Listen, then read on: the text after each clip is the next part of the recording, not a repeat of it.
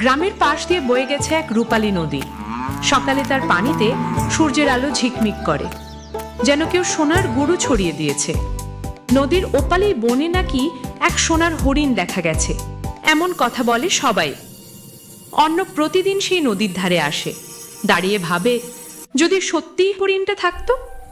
মীরা পাশে দাঁড়িয়ে হেসে বলে, তুই আবার বিশ্বাস করিস এসব? অর্ণব চুপচাপ নদীর ওপার তাকিয়ে থাকে।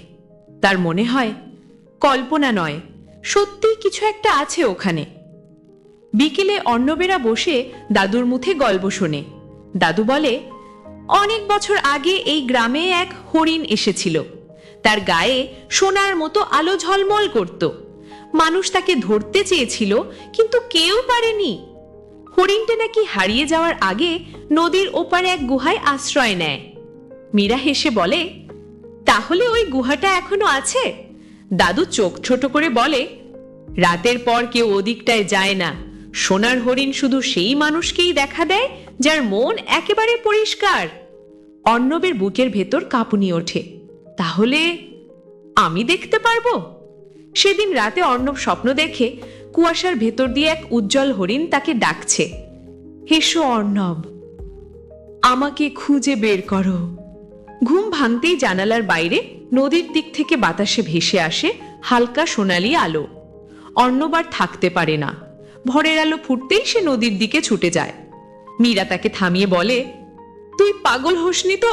দাদু তো মানা করেছে। অর্ণব শুধু হেসে বলে, সব স্বপ্নের পেছনে একটা সত্যি থাকে মীরা। নৌকা পেয়ে যায় ওরা। নদী তখন কুয়াশায় ঢাকা। মাঝপথে হঠাৎ নৌকা থেমে যায়, জল ঘুরতে শুরু করে। মীরা ভয় পেয়ে চিৎকার দেয়, অর্ণব! অর্ণব শান্তভাবে দাঁড়িয়ে থাকে। দেখে নদীর ওপর ভাসছে এক ক্ষীণ সোনালী ছায়া, যেন কোনো হরিণ জলের ওপর দিয়ে হেঁটে যাচ্ছে। ওরা নদী পার হয়। ওপারে এক অচেনা বন। বনটা নিঃশব্দ, গাছের পাতায় শিশির জমে ঝিকমিক করছে। দূরে কোথাও এক হরিণের ডাক শোনা যায়। অর্ণবের বুক ধকধক করে ওঠে। মীরা বলে, এখানে কিছু অদ্ভুত লাগছে। ওরা দেখে গাছের গুড়িতে খোদাই করা চিহ্ন, হরিণের শিঙের মতো। অর্ণব ফিসফিস করে বলে, এটাই হয়তো পথ। বনের ভেতর ঘুরতে ঘুরতে ওরা পথ হারিয়ে ফেলে। সূর্য ঢলে পড়ছে। মীরা বলে, চলো ফিরে যাই। অর্ণব বলে, না, আমি ফিরে যাব না যতক্ষণ না হরিণটাকে দেখি। ঠিক তখন গাছের ফাঁকে এক ঝলক। ওরা দৌড়ে যায়, কিন্তু সামনে শুধু বাতাস। রাত নামছে। তারা দেখে পাহাড়ের নিচে এক পুরনো গুহা। দাদুর গল্প মনে পড়ে যায়। হরিণটা নাকি গুহায় আশ্রয় নিয়েছিল। ভেতর থেকে হালকা আলো বেরোচ্ছে। মীরা ভয় পেয়ে বলে, ভিতরে যাস না। অর্ণব বলে, আমাদের খোঁজ এখানেই শেষ হবে। ভেতরে ঢুকতেই ওরা দেওয়ালে পুরনো ছবি, হরিণ, গাছ আর এক ছোট ছেলে। ছবির নিচে লেখা, যে সত্যিকারের বন্ধুকে ভালোবাসে তার হৃদয়ে সোনার হরিণ জেগে ওঠে। অর্ণব অবাক হয়ে বলে, তাহলে এটা কোনো জাদু না, এটা ভালোবাসার প্রতীক। ঠিক তখন আলোটা ছড়িয়ে পড়ে সারা গুহায়। এক সোনালী হরিণ দাঁড়িয়ে আছে সামনে। হরিণটা শান্ত চোখে তাকায় ওদের দিকে, তার চোখে যেন মায়ার স্রোত। মীরা বলে, তুই দেখছিস এটা? অর্ণব মাথা নাড়ে, হ্যাঁ, কিন্তু এটা বাস্তব না, আমাদের মনে লুকানো কিছু। হরিণটা এগিয়ে এসে তার কপালে নাক ছোঁয়ায়। আলোয় ভেসে যায় চারপাশ। হঠাৎ তারা দেখে তারা অন্য একটা সময়ের গ্রামে এসে পড়েছে। সবকিছু পুরনো, মানুষ অন্যরকম পোশাক পরে।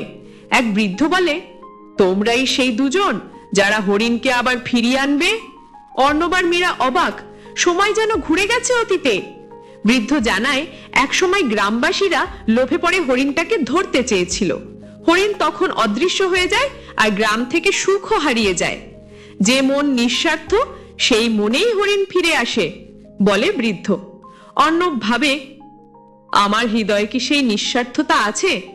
ওদের সামনে তিনটে পথ খুলে যায়, একটা আলোর, একটা ছায়ার আর একটা কুয়াশার।